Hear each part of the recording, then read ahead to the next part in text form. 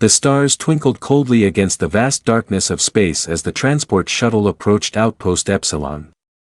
Commander Tom Reed gazed out of the viewport watching as the massive space station grew larger. The station hung like a metal spider at the edge of known space, its 8 docking arms extending outward from a central hub that glowed with artificial light. Approaching final docking sequence, Commander said. The pilot. Outpost Epsilon has cleared us for Arm 3. Tom nodded, gathering his personal tablet and bag. After 6 months of routine patrols in the inner systems, he was not thrilled to be sent to this remote outpost. The United Earth Alliance rarely stationed senior officers at the edge of explored space unless something important was happening. The shuttle shuddered slightly as magnetic clamps locked onto the hull. A mechanical voice announced that it was safe to disembark, and Tom made his way to the exit. As the airlock door slid open, the familiar smell of recycled air mixed with machined oil greeted him, the universal scent of space stations everywhere. A young officer stood waiting, snapping to attention as Tom stepped through. Commander Reed, welcome to Outpost Epsilon. I'm Lieutenant Davis. Admiral Gordon has asked me to escort you to the command center immediately. Tom raised an eyebrow. Immediately? I haven't even been assigned quarters yet. The Admiral was very clear, sir, he said. It's urgent.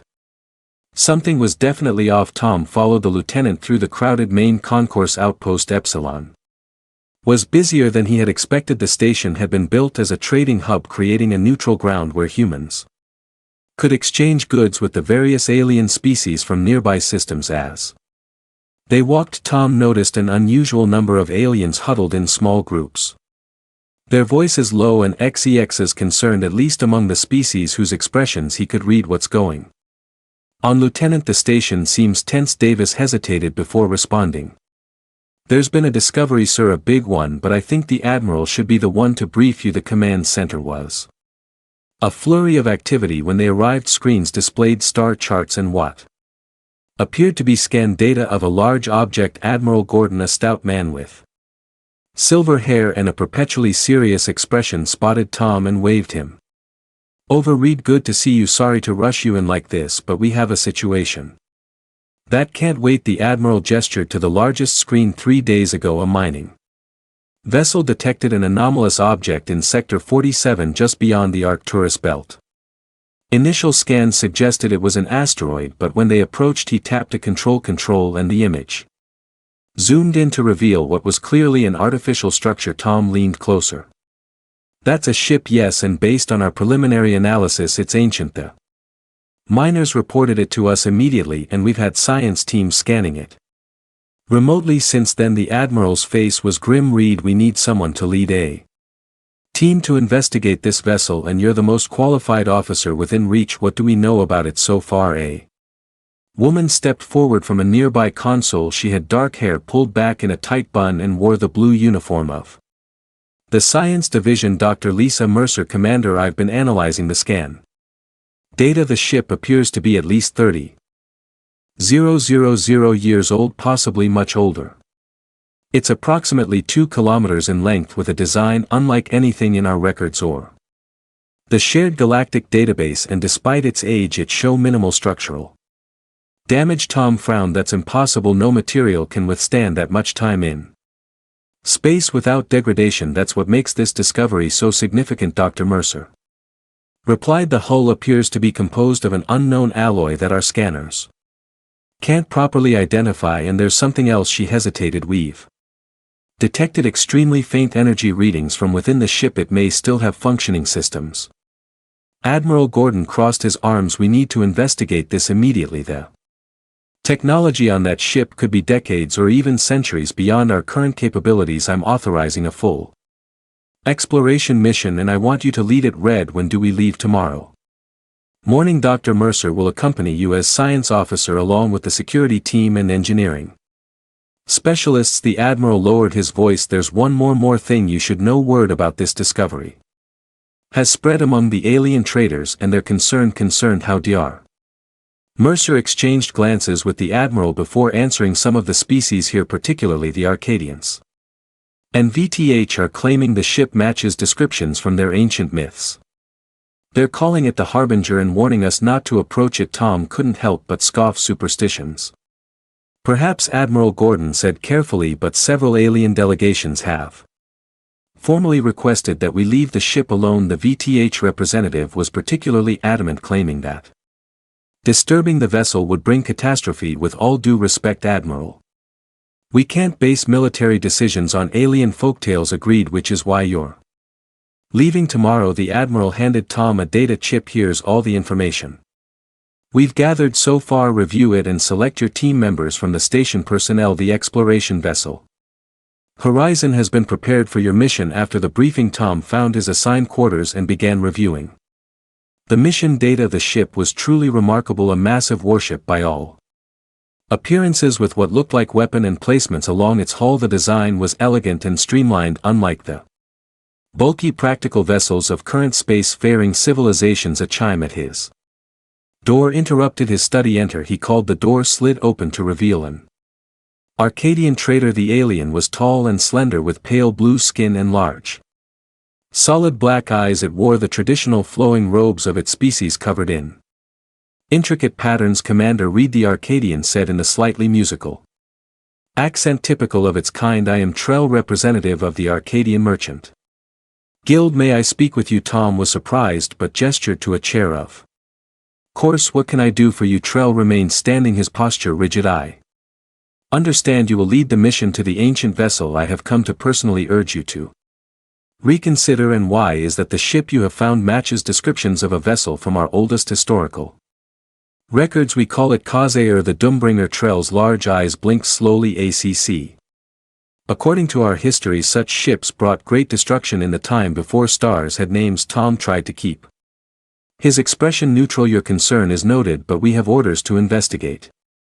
Commander, this is not mere superstition. Many species share similar legends of these vessels. The stories say they contain wonders beyond understanding, but awakening them brings the attention of something worse. Trell leaned forward. Our ancestors left very specific warning. Some knowledge is best left undisturbed. I appreciate your concern, but I have my orders. Trell straightened. Then I must inform you that all Arcadia merchants will be departing this station before your mission launches. The VTH and Nidian are doing the same. The alien moved toward the door but paused. Commander, if you find inscriptions or symbols resembling crescent moons joined by lightning, do not activate them. That is the mark of the weapon systems according to our texts. After Trell left, Tom returned to his data review. Though the Arcadian warning lingered in his mind, the alien exodus from the station continued through the night. By morning, nearly 40% of the non-human population had departed on various vessels. The exploration team gathered at Docking Arm 5 where the Horizon waited. Dr. Mercer was already aboard, directing the loading of scientific equipment. Tom was introduced to Jack Wilson, the chief engineer assigned to the mission, a stocky man with calloused hands and a skeptical expression. Heard about the alien panic, Wilson said as they watched the final preparations. Think there's anything to their warnings? Tom shrugged. Probably just cultural taboos about disturbing ancient sites. We've seen it before. Maybe, Wilson replied, not sounding convinced, but I've been stationed here 3 years, never seen the Volume 1 scared of anything before. The 12-person team completed boarding and Tom took his place on the bridge as the Horizon detached from the station and set course for the coordinates of the ancient ship. He noticed several alien vessels departing in the opposite direction, as if finging the journey to the Darrell took just under 10 hours when they finally approached. Even Tom had to admit it was an impressive sight. The massive warship hung motionless against the backdrop of distant stars, its dark hull absorbing rather than reflecting light. It was shaped like an elongated arrowhead with sweeping elegant lines that suggested both speed and power. Scan complete, announced the sensor operator. No signs of active defenses or shields. Atmosphere within the ship is minimal but present in some sections. Temperature is just above absolute zero. Life signs? Tom asked. None detected, sir. Dr. Mercer studied her own readings. The energy signature we detected from the station is stronger now. It appears to be coming from deep within the central section of the vessel. Can we dock directly? Wilson shook his head. I wouldn't recommend it. We can't interface with their systems, and cutting through the hull might trigger automated defenses. Better to use the EXP Exploration pods and enter through what appears to be a hangar bay on the lower section. Tom nodded. Agreed Dr. Mercer. You'll come with me in the first pod along with 2 security officers. Wilson, you'll lead the second pod with the remaining team as they suited up in the heavy exploration here. Dr. Mercer approached Tom privately. Commander, I've been analyzing the symbols on the ships. Hull. Some of them bear a striking resemblance to ancient script fragments found on Earth, specifically markings from the Prion period that scholars have never been able to decipher. Tom frowned. What are you suggesting? I'm not sure yet, she replied, but it's a connection. We shouldn't ignore the exploration pods launched from the horizon, tiny against the massive scale of the ancient warship. As they approached the hangar bay, Tom felt a growing sense of unease. The entrance was large enough to accommodate vessels much bigger than their pods, and as they passed through the outer barrier, emergency lights automatically activated their exploration suits. That's odd. Wilson's voice came through the sea. Something's responding to our presence. The pods landed in the vast empty hangar. As the teams exited into the cold stillness of the ancient ship, their helmet lights cut through darkness that hadn't been disturbed for millennia. Tom looked around at the cavernous space, feeling suddenly very small. Along the walls, strange symbols began to glow with a faint blue light. Commander, Du Mercer said quietly, I think the ship is waking up. The glowing symbols on the walls brightened as Tom and his team moved deeper into the ancient ship. Their footsteps echoed in the empty corridors, the sound swallowed by the vastness around them. Dr. Mercer ran her scanner over the walls, her face lit by both her helmet light and the soft blue glow from the strange markings. These symbols are responding to our presence, she said, excitement clear in her voice despite the crackling calm. They're not just decorative, they're functional, some kind of technology integrated directly into the ship structure. Tom touched one of the glowing marks cautiously. It pulsed brighter at his touch but felt neither warm nor cold. Any idea what they mean? Not yet, but they bear similarities to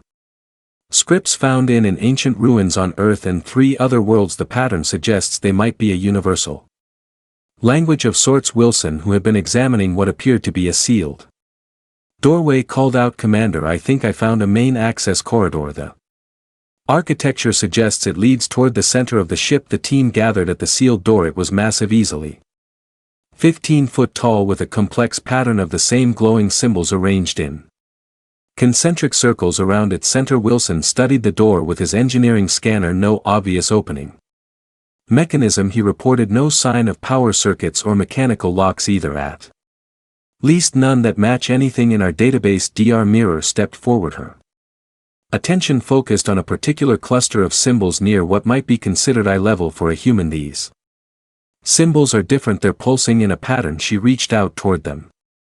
Doctor, I wouldn't, Tom began, but she had already placed her hand on the glowing marks. The symbols flared brightly under her touch. A low humming filled the air, and the massive door began to slide open with surprising smoothness, revealing the long corridor beyond. Lights activated automatically along the ceiling as the door opened, illuminating a path forward. It responded to human touch, Dr. Mercer said quietly, just like the legends. The alien mentioned one of the security officers. Burns shifted uncomfortably. Maybe there was something to those warnings after all. Tom made a quick decision. We continue as planned. Stay alert and document everything. Wilson, keep a constant signal back to the horizon. If we lose contact for any reason, they're to pull back to a safe distance and contact outpost Epsilon. The corridor stretched ahead for hundreds of meters, curving gently to follow the ship's hull. As they walked, more systems seemed to activate around them. Panels that had been dark for millennia lit up with scrolling symbols. The temperature began to rise slightly, suggesting environmental systems were powering up. The ship is definitely reacting to us, Wilson said, checking his instruments. Power levels are increasing throughout this entire section. It's like it's waking up after a long sleep. Dr. stopped suddenly, pointing to a section of wall that was different from the others. Instead of metal, this panel appeared to be made of a clear crystal like material. Behind it lay what looked like a command center with seats positioned before curved consoles. This must be a control room of some kind, she said. The design suggests it was meant for humanoid operators. As they examined the crystal barrier, it suddenly turned transparent and a due-sized section slid aside, granting them access. The team hesitated, looking to Tom for direction. Proceed, but with caution, he ordered. Nothing touches any controls without my direct approval. The control room was surprisingly human in scale and design. The seats were clearly meant for beings of approximately human size and shape. The consoles, while alien in their details, followed an intuitive layout that suggested displays and input areas. Everything was covered in a fine layer of dust but otherwise seemed perfectly preserved. This doesn't make sense, Wilson muttered as he examined one of the consoles. This technology looks advanced, but the ergonomics are almost perfectly suited for humans. What are the odds of that? Dr. Mercer was already scanning everything in sight, her expression intense with concentration. The coincidence is statistically improbable unless she stopped staring at her scanner. Commander, you need to see this. Tom moved to her side. What is it I'm detecting? Trace DNA on these controls, degraded after thousands of years but still identifiable. She looked up, her eyes wide behind her helmet visor. It's human DNA.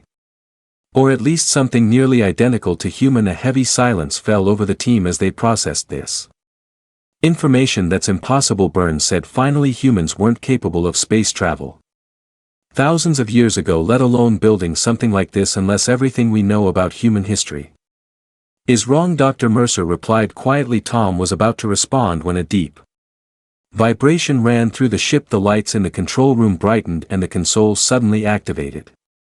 Displays filling with scrolling symbols and diagrams. What's happening? Tom demanded, backing away from the nearest console. Wilson checked his scanner. Power surged throughout the ship, some things initializing the main systems, but we didn't touch anything in the center of the room. A circular area that had seemed like a simple design element in the floor began to glow. Light streamed upward from it, coalescing into a humanoid shape about 7 foot tall. The figure was composed entirely of light, featureless except for a suggestion of a head and lens. Dr. or gassed it some kind of hologram, an artificial intelligence interface. Maybe. The light figure turned toward them, seeming to study each team member in turn. When it spoke, the sound came from all around them, a deep resonant voice that somehow bypassed their CS and seemed to speak directly into their minds. Genetic identification confirmed. Custodian descendants detected. Primary systems reactivation. Protocol initiated. The team exchanged bewildered glances. Tom stepped forward cautiously. We are from the United Earth Alliance. Who? What are you? The light figure shifted, patterns flowing through its form. This unit is designated Guardian Control Interface for Custodian Warship Sentinel. This unit has remained in dormant status for 97,000,342 standard cycles, awaiting return of custodian descent. Custodians? Dr. Mercer asked. What are custodians? The custodians were the protectors, the seeders, the guardians against the void. The figure's light pulsed with each phrase. You bear their genetic markers. You are their legacy. Wilson shook his head in disbelief. It thinks we're descendants of whoever built this ship. Are we? Burns asked quietly. Before anyone could respond, an alarm sounded from Wilson's pack. He quickly checked his communications device. Commander, the Horizon is sending an emergency signal. They've detected multiple ships approaching our position at high speed. Tom activated his comm. Horizon, this is Commander Reed. Report status. The reply came through with static interference. Commander, this is Horizon. We're tracking 8 vessels on intercept course, 3 VTH warships, 2 Arcadian cruisers and 3 others. We can't identify. They're broadcasting warnings for us to withdraw immediately. They're charging weapons, sir. Have they made direct threats? Not yet, sir, but they demanding we abandon the ancient ship. The Volume 1 commander is claiming we've activated something dangerous, sir. They seem genuinely afraid. Tom looked at the glowing figure of Guardian which stood motionless, waiting. The ship continued to awaken around them, more systems coming online with each passing minute. Horizon, maintain position but power up shields. Do not take any aggressive action. Understood, Commander. Wait, they are hailing us directly now. The communication channel filled with a harsh clicking language that Tom recognized as falloff. After a moment it switched. The heavily accented human standard. Attention, human vessel, you have awakened the Harbinger. You must withdraw immediately. The ancient weapon must not be fully activated or all will suffer. This is your only warning. Tom looked to Dr. Mercer, who was still scanning the holographic Guardian. Doctor, what exactly Have we awakened here? She shook her head. I'm not sure, but from what I can gather from these readings, this ship contains technology centuries beyond our current capabilities. The energy readings are off the charts, and there appear to be weapon systems that could easily outmatch anything in the Alliance fleet. Guardians. Glowing form shifted. Threat detected. Defensive protocols initiating. Shield generators powering to combat. Status. Wait, Tom called out. We don't want to start a conflict. The visitors outside represent no significant threat. Guardian stated calmly. Their weapons cannot penetrate this vessel's defenses, however. Their presence is noted. Query: do you wish me to neutralize them? No, Tom said firmly. Absolutely not. Abort any offensive measures. Acknowledged. Defensive measures only will be maintained. Wilson approached Tom, lowering his voice. Commander, I think we need to consider the possibility that the aliens weren't just being superstitious. This ship is clearly a highly advanced weapons platform, and it's responding to us specifically because of our DNA. That can't be a coincidence. Tom nodded grimly. Doctor, what else can you tell us about these custodians? The AI mentioned. Dr. Mercer was already interfacing her scanner with one of the consoles. I'm accessing the ship's historical database now. It's massive. There's enough information here to rewrite everything we know about human origins. She looked up, her expression a mixture of awe and concern. Commander, according to this data, humans didn't evolve naturally on Earth. We were placed there by the custodians. That's absurd. Burns interjected. Is it? Dr. Mercer challenged. Think about it. This ship is clearly designed for beings with our exact physical proportions. It responds to our DNA, and now we have an AI telling us we're descendants of its creators. She turned back to scanner. The database says the custodians were an advanced race that seeded compatible worlds with their genetic material after some kind of catastrophic war. Earth was apparently one of those worlds. A sudden shudder ran through the ship. Guardian's form flickered momentarily. Warning: external vessels are attempting to breach hull integrity with energy weapons shields holding at 99.8% capacity. No damage detected. Tom activated his comm again. Horizon, what's happening out there? Commander, the alien fleet has opened fire on the ancient ship, but sir, their weapons don't seem to be having any effect. Some kind of energy shield has activated around the entire vessel. Another tremor shook the ship. Stronger this time. They're escalating their attack. Wilson observed. Why would they risk attacking something so obviously superior to their own technology? Because they're terrified of it. Tom realized whatever this ship was built to fight against must be worse than anything they can imagine. Guardians light form pulsed. The ship's systems are now at 42% operational capacity. Main navigation and historical archives are online. Weapon systems remain in standby mode. Query: what are your instructions? Custodian descendants. Tom looked at his team, then back to the hologram. First, I want to know exactly what this ship was built for. What is the void you mentioned earlier? Guardian's form darkened slightly. The void is the ancient enemy, the consumer of worlds, the darkness between stars. They came from outside and they sought to devour all sentient life. The custodians fought them across 1,000 systems. This vessel is one of 50 created to stand against the final incursion. Dr. Mercer looked up from her scanner, her face pale. Commander, according to these records, the custodians didn't just seed Earth with their DNA as a scientific experiment. They were creating a backup insurance that their lineage would survive even if they lost the war. And did they lose? Tom asked. Guardian unknown.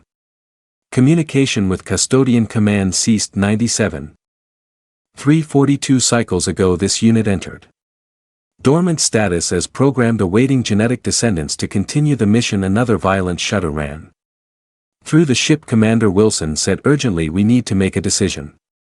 Either we shut this ship down and leave, or we commit to understanding what it is and why it was built. But those aliens out there aren't going to stop attacking, and I don't think this Guardian is going to let us leave now that we've activated the primary systems. Tom looked around at the awakening warship, a vessel built by what might be humanity's true ancestors, created to fight a war against an enemy so terrible that even the memory of it frightened spacefaring civilizations.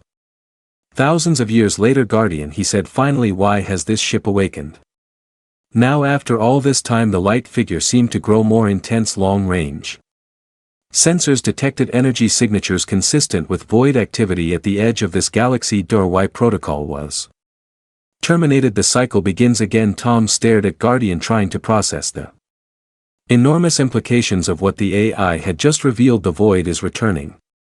You're saying this enemy that nearly destroyed all life thousands of years ago is coming back? Affirmative. Initial void signatures have been detected in the Drexler sector, approximately 237 light-years from this position. Current estimate suggests first contact with populated worlds will occur within 6.4 standard months. Dr. Mercer looked up from the console she had been studying. Commander, I found visual records of these void entities. She tapped a series of symbols and a holographic display appeared in the center of the control room. The image showed what appeared to be normal space with stars visible against the darkness. Then something moved. It wasn't a ship or any recognizable object. It was as if the darkness itself was flowing, gathering, becoming somehow more dense than the emptiness around it. As they watched, the darkness formed tendrils that reached toward a small planet in the recording. Where those tendrils touched the planet's atmosphere, the air itself seemed to decay, turning gray and lifeless. The void consumes energy in all forms, Guardian explained. As they watched in horror, biological, electrical, nuclear, gravitational, all is taken to feed its growth. It cannot be reasoned with, it cannot be appeased, it exists only to consume. And the custodians fought this? Wilson asked, his voice barely above a whisper. The custodians were the only species with technology advanced enough to resist the void's consumption. They created barriers, weapons, and eventually this network of sentinel ships to contain the incursion. Tom turned away from a horrifying image. Guardian, you said the void signatures were detected at the edge of the galaxy. How long before it reaches populated systems? At observed expansion rates, approximately 194 days until first contact with inhabited worlds. And this ship, what exactly is its purpose? How was it meant to fight this thing? Guardians like form shifted, expanding to create a three-dimensional model of the ship around them. Specific sections lit up as it spoke. This vessel contains three primary defense systems against the void. First, the barrier generators. A section near the ship's core glowed brighter. These create energy fields that the void cannot penetrate or consume. Second, the purification beams.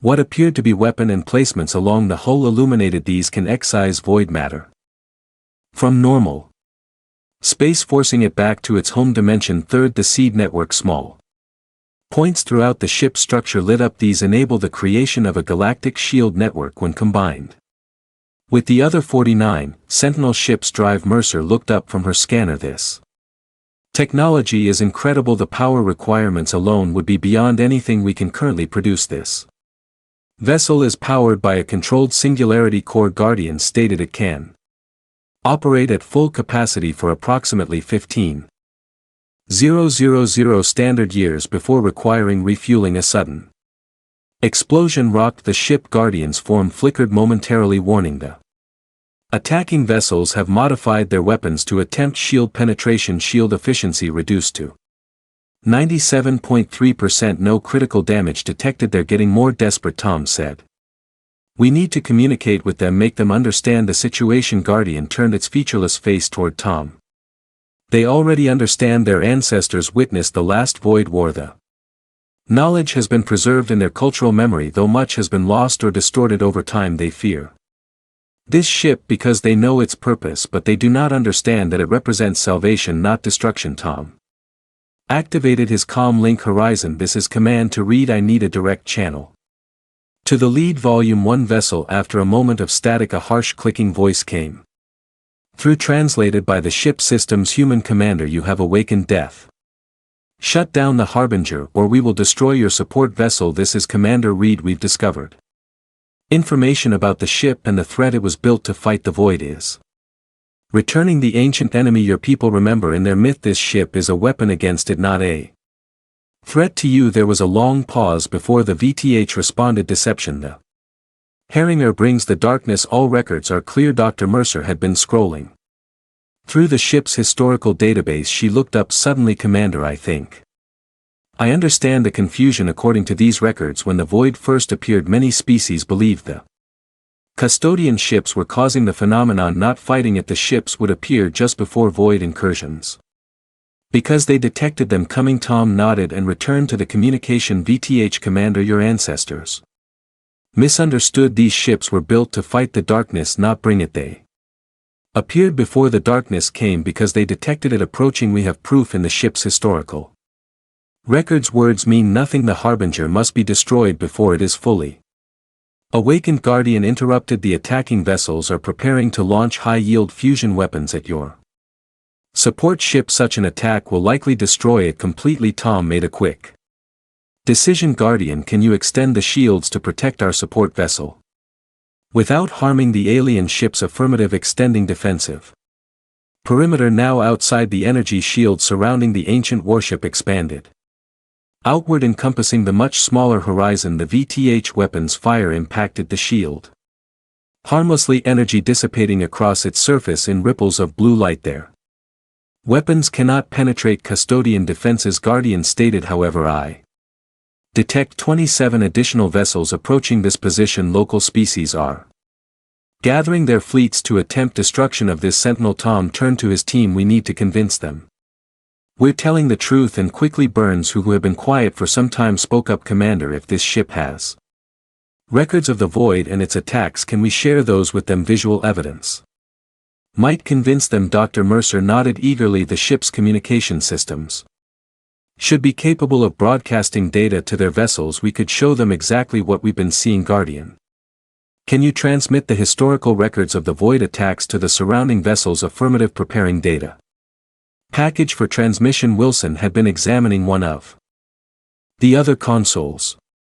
Commander, I think I found something else that might help. This appears to be a navigation system showing the locations of the other Sentinel ships. He gestured to a star map displayed on the console. Small points of light were scattered across it, most glowing dimly. According to this, there are other ships like this one in dormant status near several of the alien home worlds. If they've preserved myths about this ship, they might recognize the others. Tom moved to examine the map. Guardian, are these other ships also awakening? Negative. This Sentinel was positioned as an outer perimeter guard. It is the first to detect the returning void signatures. The other Sentinels will not activate until they detect void presence or receive the awakening signal from this vessel. And what would happen if they received that signal? All dormant Sentinels would begin reactivation procedures. They would seek out custodian descendants, humans, to complete their activation, then move to predetermined defensive positions throughout the galaxy. Dr. Mercer looked up from her console. Commander, I've been reviewing more of the historical data. The custodians didn't just seed Earth with their DNA. There are references to at least 12 other worlds where they left population. Some of those worlds are now home to major civilizations. Are you saying other species might also be descended from these custodians? She shook her head. No, the data is quite specific. Only humans on Earth retain the pure genetic markers. The other seeded populations either died out or evolved differently due to environmental pressures. Guardian's form brightened. Message prepared for transmission to surrounding vessels. The data package contains historical records of the void incursion, the custodian defense network, and predictive models of the current void expansion. Send it. Tom ordered. The attacking ship ceased fire shortly after the transmission began. For several minutes there was no response. Then the communication channel activated again. Human Commander, the Voitha's voice sounded different now, subdued, perhaps even fearful. The images you have shared, they match our oldest records. The darkness that consumes, if what you say is true, if the Harbinger fights against this darkness rather than bringing it. It's true, Tom confirmed, and according to the ship sensors we have less than 6 months before the void reaches populated systems. This ship, this Sentinel, is part of a network built to defend all life in the galaxy. Another voice joined the channel, the musical tones of an Arcadian. The records you have shared show monuments on our home world, structures we believe were built by the ancestors. They are identical to your images of custodian architecture. The custodians visited many worlds. Guardians stated its voice now broadcasting to all surrounding ships. They built outposts, research facilities, and monuments across the galaxy. When they realized the void could not be permanently defeated, they Created the Sentinel Network as a final defense fence and seeded selected Wers with their genetic material to ensure their legacy would survive. The VTH spoke again. If the darkness returns as you claim, our weapons will be useless against it. Even our combined fleets could not stand against what your records show. That's why the Sentinels were built, Tom explained, but according to Guardian they need human operators to fully activate the custodians designed them to recognize their own DNA, and that now exists only in humans from Earth. There was a long pause before the Volume 1 responded, we will cease our attack. We must consult with our elders and other species if the ancient enemy truly returns. Old fears must be set aside. As the communication ended, Tom turned to his team. We need to report this to Earth immediately. The Alliance needs to understand what we're facing and what this ship represents. Wilson shook his head in disbelief. How do we explain to Earth Command that humans are apparently the descendants of an ancient advanced civilization and that we're the only ones who can operate a network of super weapons needed to save the galaxy from a cosmic horror? We show them exactly what we've seen, Tom replied grimly, and we pray they believe us faster than the aliens did. Dr. Mercer looked thoughtful. Commander, there's something else to consider. If humans are truly custodian descendants, and if these Sentinels were designed specifically to respond to our DNA, this could completely redefine humanity's place in the galaxy. We wouldn't just be newcomers to interstellar politics, we'd be heirs to the most advanced civilization ever known. Tom nodded slowly and suddenly. Responsible for defending everyone against a threat most humans have never even heard of. He turned to Guardian. How much time would it take to fully activate all the Sentinels in the network with sufficient human operators?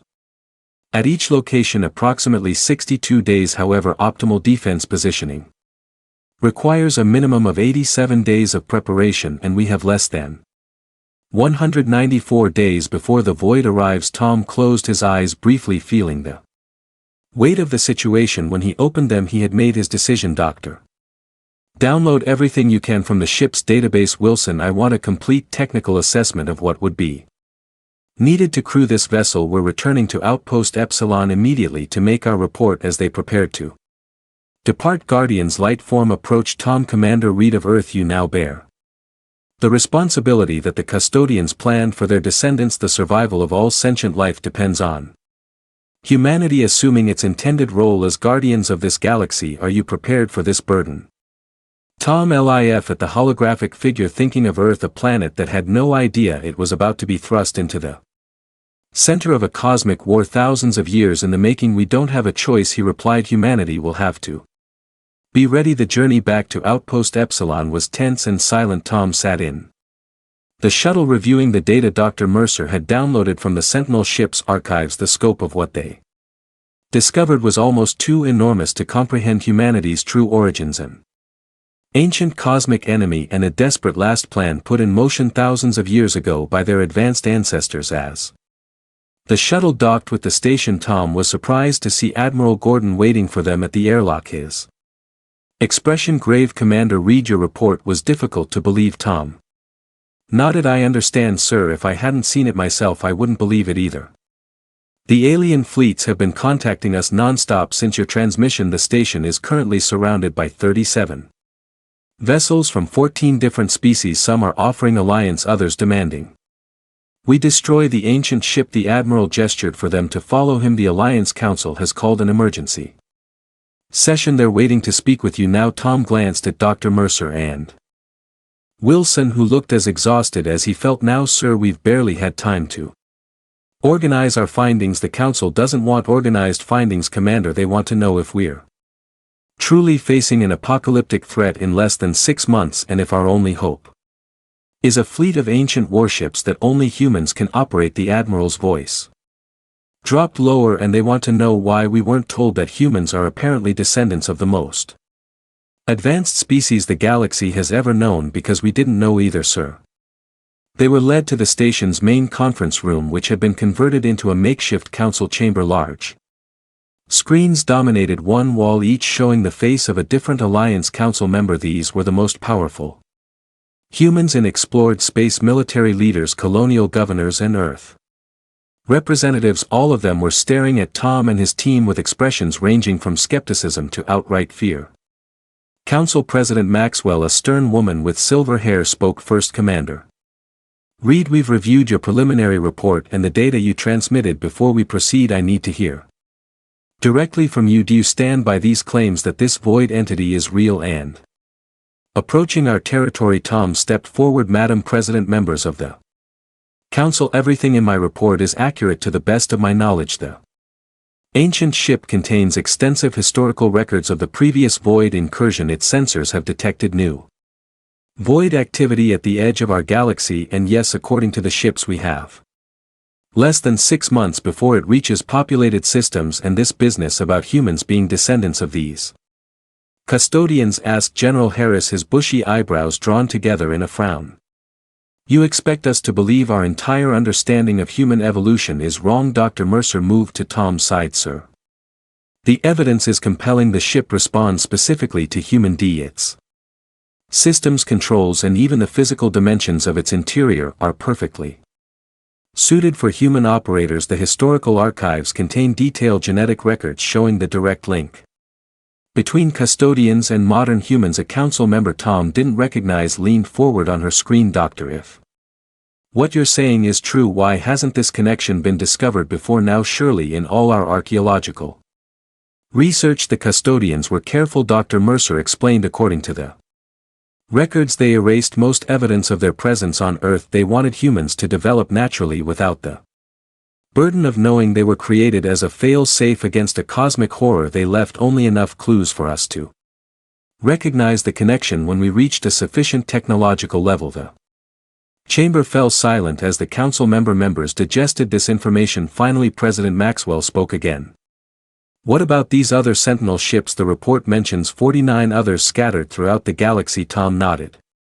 Currently dormant, but they can be activated remotely from the ship we discovered. Each requires human operators to function at full capacity. And you believe these ships are our only defense against this void entity based on the historical records? Yes, conven weapons had no effect on it. Only the technology developed by the custodians was effective. Admiral Gordon, who had been standing quietly by the door, stepped forward. Madam President, members of the council, while Commander Reeve and his team were returning to the station, we received transmissions from 17 different alien governments. Most of them are familiar with legends about both the Sentinel ships and the Void. They're taking this threat very seriously. Of course they are. General Harris snorted. If the only defense requires human operators, they need us now. Convenient for species that have treated humanity as galactic newcomers for generations with respect, General Tom said carefully.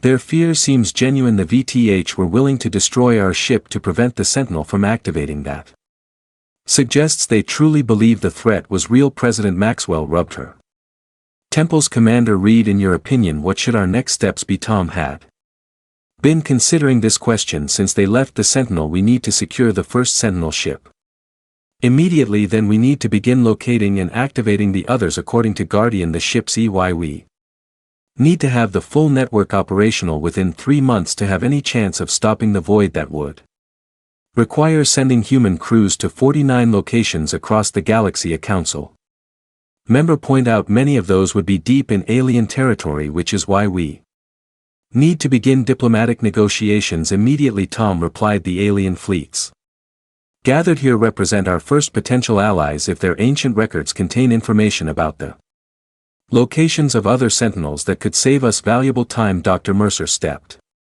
forward again. Council members, I should also point out that the Sentinels database contains technology far beyond our current capabilities. Medical advancements, energy production, FTL drive systems, knowledge that could advance human development by centuries. This caught their attention. Several council members leaned forward with renewed interest. You believe we can access and understand this technology? President Maxwell asked. The ship was designed to be operated by humans, Dr. Mercer replied. Its systems are intuitive to us in a way they aren't to other species. Guardian, the AI is also programmed to teach custodian descendants how to use the technology. The council fell into discussion among themselves, their voices overlapping as they debated. Tom glanced At Wilson, who gave him a tired smile from engineers on a routine exploration. Mission to humanity's last hope against cosmic horror, Wilson muttered, quite a promotion. After several minutes, President Maxwell raised her hand for silence. We've reached a preliminary decision, Commander Reed. You will return to the Sentinel ship with an expanded team of specialists. Your mission is to secure the vessel, learn everything possible about its systems, and prepare for the activation of the other Sentinels. She paused, her expression grave. However, we will not yet inform the general public about the void threat. The potential for panic is too great, especially given the time frame. This operation will be classified at the highest level. Tom frowned. Madam President, with respect, will need resources from across human territory to properly staff 49 Sentinel ships. That can't be done in secret. We'll develop a cover story as needed, she replied dismissively. For now, only those with direct involvement will be informed. Admiral Gordon cleared his throat. Madam President, there's another matter to consider. The alien fleets surrounding this station are demanding information. They know something significant has been discovered. If we attempt to keep this classified, it could lead to interspecies conflict at precisely the time we need cooperation.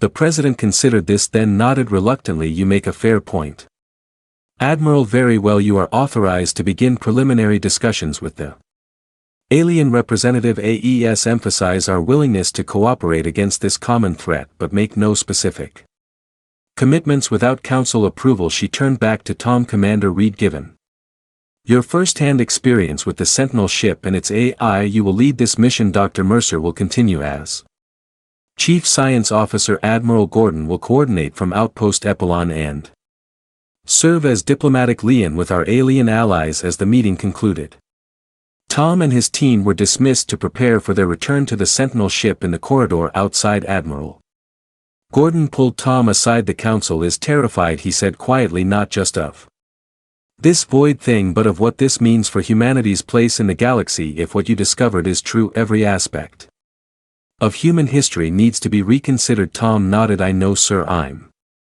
still processing it myself. The aliens are scared too, but for different reasons. The Arcadian ambassador told me their oldest legends call this time the awakening, when the Guardian race would return to fight the darkness. The Admiral's eyes were troubled. Their legends also say that not all would survive the coming battle. Before Tom could respond, his communication device beeped. It was a message from the team monitoring the Sentinel ship. Commander Reed, the Sentinel is showing increased power signature.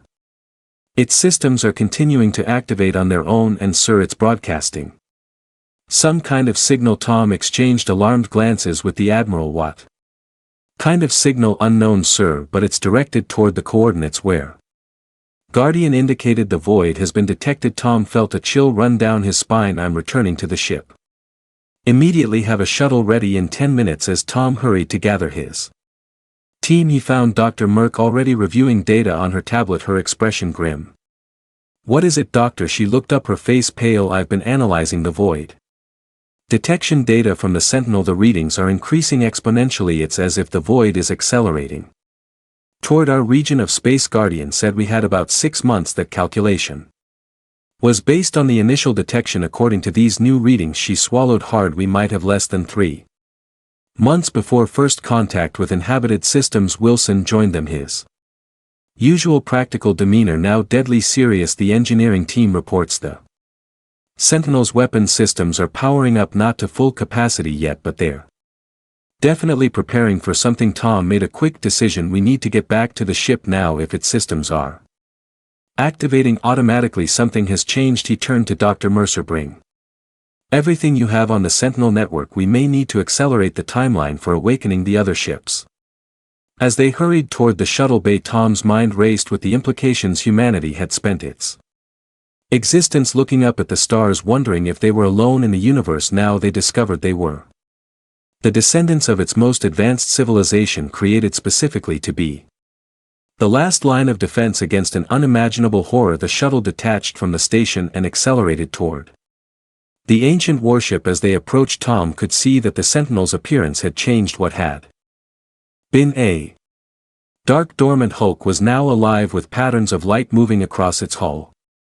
The symbols they had seen inside the ship were now visible on its exterior, glowing with blue-white energy. "It's beautiful," Dr. Mercer whispered, and terrifying, Tom added. "It's a weapon designed to fight something that consumes whole worlds, and now it's waking up because that enemy is." Returning, the shuttle entered the Sentinel's hangar bay, which was now fully illuminated and humming with energy. Guardian was waiting for them, its light form now more defined, almost solid in appearance. "Commander Reed, you have returned at a critical time. The Void has detected this Sentinel's activation. It has changed course and is accelerating toward this region of space." Tom felt his blood run cold. "You said we had 6 months. That assessment has been revised based on new data. The Void appears to recognize the threat the Sentinel network poses. It is now moving with purpose rather than simply expanding." "How much time do we have?" Guardian's form flickered slightly. 84 days until first contact with inhabited systems. "However, we face a more immediate concern." The AI gestured, and a holographic display appeared showing a star map of nearby space. A dark, amorphous shape was visible at one edge with tendrils extending outward. "The Void has sent an advanced force, a smaller manifestation that appears to be targeting this Sentinel specifically. Estimated arrival 17 days." Tom stared at the holographic display, watching as the dark mass at the edge moved steadily toward their position. 17 days, that's not enough time to prepare. This advanced force appears to be a scout. Guardian explained. "It is smaller than a full Void manifestation but still dangerous. Its purpose is likely to assess the Sentinel's capabilities and if possible disable it before the main body arrives." Dr. Mercer studied the display intently. "Can this ship defeat it alone?" "Affirmative, but only if fully operational. Current system status is at 68% capacity. Minimal human crew requirements must be met to achieve full operational status." Tom made a quick decision. "What exactly do you need from us to reach full capacity?" Guardian's form shifted, creating a schematic of the ship with several areas highlighted. "This Sentinel requires 12 human operators in key positions to achieve full combat readiness. The primary command node must be occupied by a human with decision-making authority. The central area of the ship glowed brighter. Secondary systems require humans at 11 other control nodes throughout the vessel. "We need to report this to the Council immediately," Tom said, turning to Wilson. "Begin identifying the key systems that need operators." "Do I want you to continue analyzing the Void data? Find any weakness, any pattern we can exploit." As Wilson and Dr. Mercer set to work, Tom established a secure communication link with Outpost Epsilon. Admiral Gordon's face appeared on the screen, his expression tense. "Commander Reed, the Council is an emergency session. The alien fleets are reporting unusual readings from the direction of the Perseus armed dark energy signatures that match their historical records of the Void. We've detected it too." Admiral Guardian says an advanced force will reach us in 17 days. "We need a crew of 12 humans to bring the Sentinel to full operational capacity." The Admiral's eyes widened. 17 days. "That's Commander. I'll send you every qualified person we have, but you should know the situation here is deteriorating. Some of the alien vessels are preparing to flee the sector entirely. Others are demanding we share access to the Sentinel technology. Tell them the technology won't work for them. It's genetically key to humans." "They know that," the Admiral replied grimly, "which is why 3 different species have proposed taking human volunteers to accompany their ships when they evacuate." Tom felt a cold anger building. "We're facing extinction and they're thinking about kidnapping humans as technology operators. Not all of them. The Arcadians and surprisingly the Vola have offered military support. They're requesting permission to send representatives to your position to coordinate defense plans." Tom considered this, briefly approved but limited to 1 representative from each species. "We don't have time for a committee meeting." After ending the communication, Tom found Guardian waiting for him. The A's light form seemed somehow more solid, more defined than before. "Commander Reed, while we prepare for the arrival of additional human operators, there is another matter requiring attention. The dormant Sentinels must be alerted to the Void's approach. You said they wouldn't activate until they detected the Void themselves." "Correct, but by then it may be too late for proper defensive positioning. This Sentinel can transmit an awakening signal that will initiate preliminary activation sequences in all dormant Sentinels, they would then be ready to receive human operators when they arrive. Tom nodded. Do it. Send the signal. Guardian's form pulsed brightly, awakening. Signal transmitted. Estimated response time varies by distance nearest. Sentinels will begin activation within hours. Most distant units may require up to 12 days. The next 17 days passed in a blur of frantic activity. The Alliance sent 30 of their best officers and specialists to the Sentinel, though Guardian confirmed that only 12 were needed for essential systems. The aliens' representatives arrived as well. An Arcadian elder named M and a grizzled Volume 1 commander called Kraft. Tom was surprised by how quickly both alien representatives adapted to the reality of the situation. They reviewed the historical records without questioning their authenticity and offered valuable insights based on their species' historical knowledge of the previous Void War. Our oldest texts speak of the final battle. M explained. During one strategy session they described great vessels of light forming a barrier across the spiral arm where the darkness first appeared. The barrier held 7 cycles of our world before the Guardians were forced to retreat. Kraft. The Volume 1 clicked his mandibles in what Tom had learned was a sign of agreement. VTH War songs tell of the darkness that consumed without mercy and the shining shields that stood against it. Our ancestors fought alongside the tall ones, the custodians as you call them. Dr. Mercer looked up from her data tablet. The historical records confirm both accounts. The custodians created a defensive line using the Sentinel network, but it wasn't enough to defeat the Void entirely. They could only contain it, push it back to the outer regions of the galaxy, and now it has returned, Tom said quietly. But this time the custodians aren't here to lead the defense. M's large eyes fixed on Tom. No. This time their children must take their place as the countdown to the advanced force arrival reached the final day. The Sentinel was humming with activity. The 12 human operators had taken their positions throughout the ship with Tom in the central command node. Guardian had integrated itself into the ship's systems, its light form now able to appear anywhere within the vessel to provide guidance. Reports from across the galaxy confirmed that the other Sentinels were awakening. Several had already been reached by human crews sent from the nearest Alliance outposts. Others in more distant regions were still waiting. A massive diplomatic effort was underway to secure safe passage for human crews through alien territories to reach the remaining Sentinels in orbit around the station. Over 200 ships from 23 different species had gathered. Some had come to witness what might be the first engagement of a new Void War. Others had come to fight, offering their vessels as support for the Sentinel despite knowing their conventional weapons would likely be useless. Tom stood in the command center watching as the final preparations were completed. Dr. Mercer approached him, her expression a mixture of excitement and fear. All systems are operational, Commander. The Sentinel is at 100% capacity for the first time in nearly 100,000 years. Tom nodded. And the barrier generators ready. According to Guardian they should be able to contain the advan force completely. Will Wilson join them, wiping grease from his hands? Engine systems are online. We can maneuver if needed. Though Guardian suggests we hold position and let the Void come to us. Where are our alien representatives?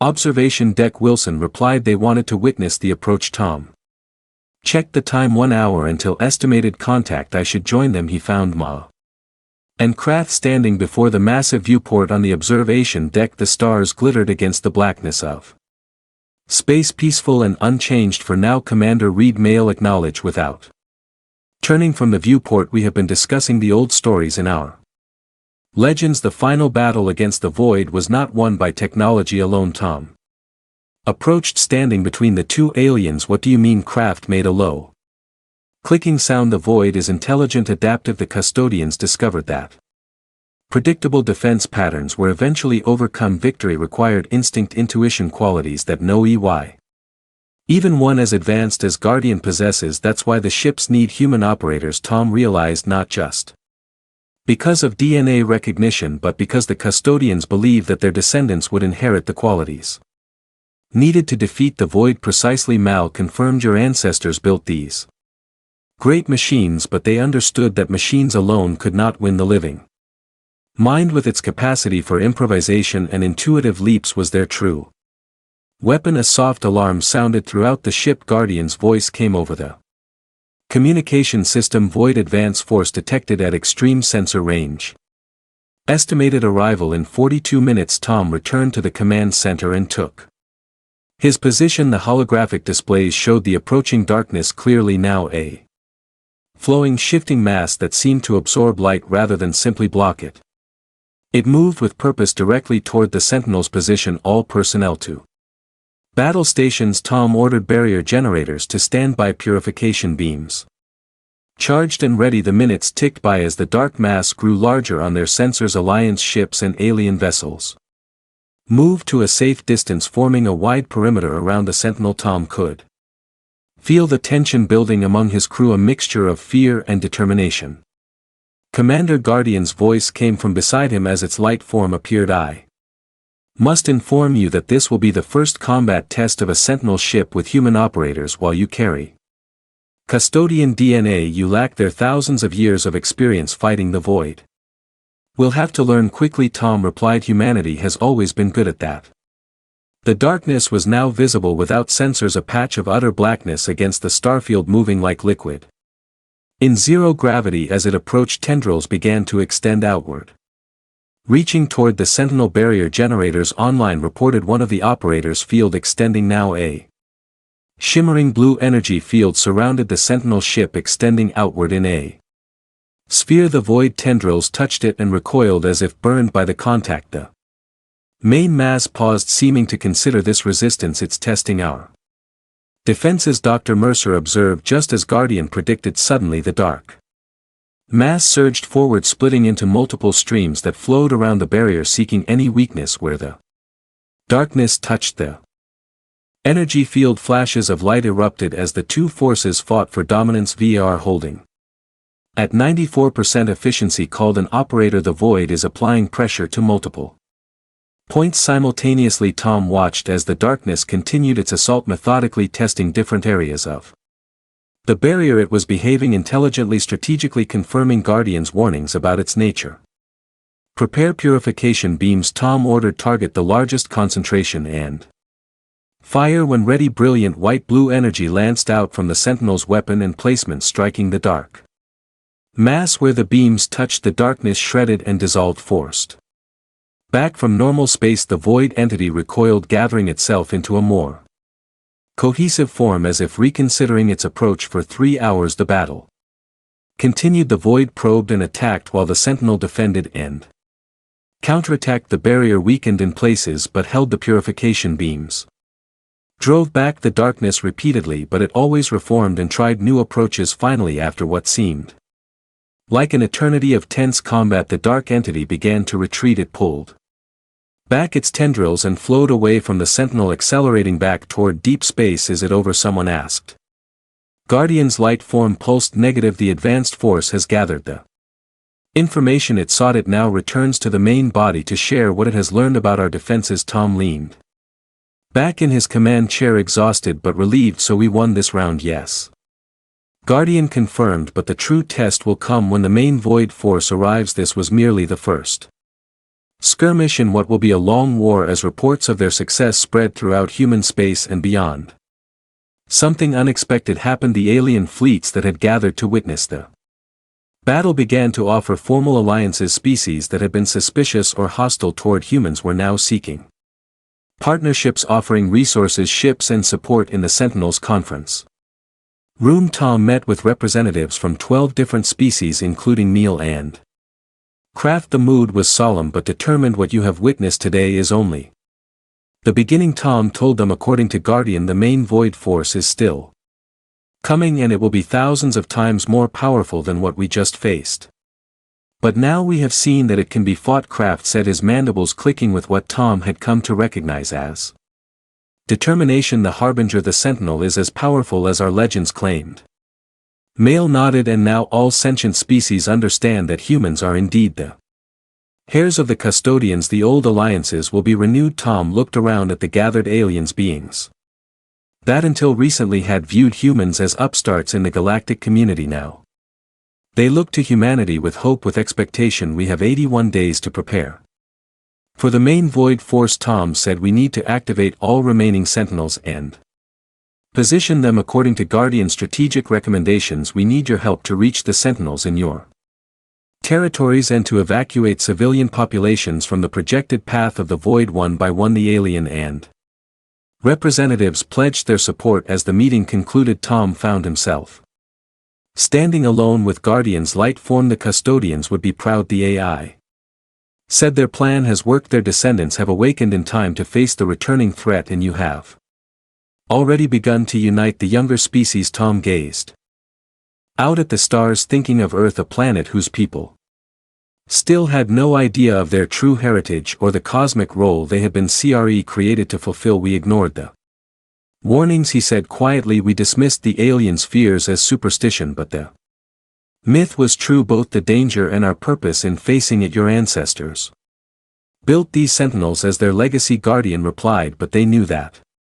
ships and weapons alone would not be enough. They created humanity not just as genetic vessels but as inheritors of their courage and determination. The coming war will test both. As he looked out at the fleet of alien ships surrounding the Sentinel, Tom felt the weight of history, both the history humanity had known and the deeper, older truth they were just beginning to discover. The warship had indeed proven the myths were true, but it had revealed something more. Humanity's destiny among the stars was not just to explore but to protect, to guard, to stand against the darkness that threatened all life behind him. The Sentinel hummed with power, ready for the battles to come, and across the galaxy 49 more were awakening, calling out to the descendants of their creators. The ancient plan was in motion. The Guardians were returning, and this time they would not fail.